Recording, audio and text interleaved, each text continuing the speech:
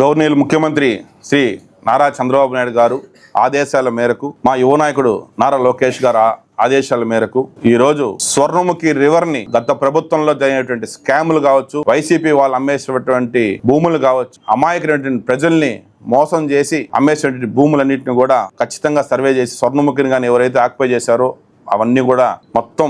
Demolish చేస్తానని కూడా CM గారు దగ్గరుండి టుడాకే బాధ్యత ఇవ్వటం చాలా హ్యాపీగా ఉంది. ఎక్కడైతే గత ప్రభుత్వంలో వైసీపీ వాళ్ళు వంకను ఆక్యుపై చేశారో, వంక బఫర్ను అమ్మేశారో, ఆడ ఏవైతే కట్టడాలు అన్యాయం కట్టారో ఏది కూడా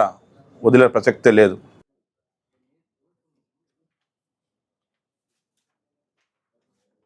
ఆపరేషన్ స్వర్ణముఖి రివరు ఎంత పెద్ద వాన వచ్చినా కూడా ఎవరికి ఏ హాని జరగకుండా వంక సంతోషంగా పారాలనేసని మనస్ఫూర్తిగా కోరుకుంటూ ఈ స్వర్ణముఖి రివర్ రీజనరేషన్ వర్క్స్ కూడా సక్సెస్ఫుల్గా జరగాలని చెప్పి మీ అందరు బ్లెస్సింగ్స్, మీ అందరు సపోర్ట్ కూడా నాకు ఉండాలా, టుడాకు ఉండాలా, ఎన్డీఏ కూటమి ఉండాలని చెప్పి కూడా మీకు అందరూ కూడా నేను మీడియా తరఫున మనస్ఫూర్తిగా కోరుకుంటున్నాను.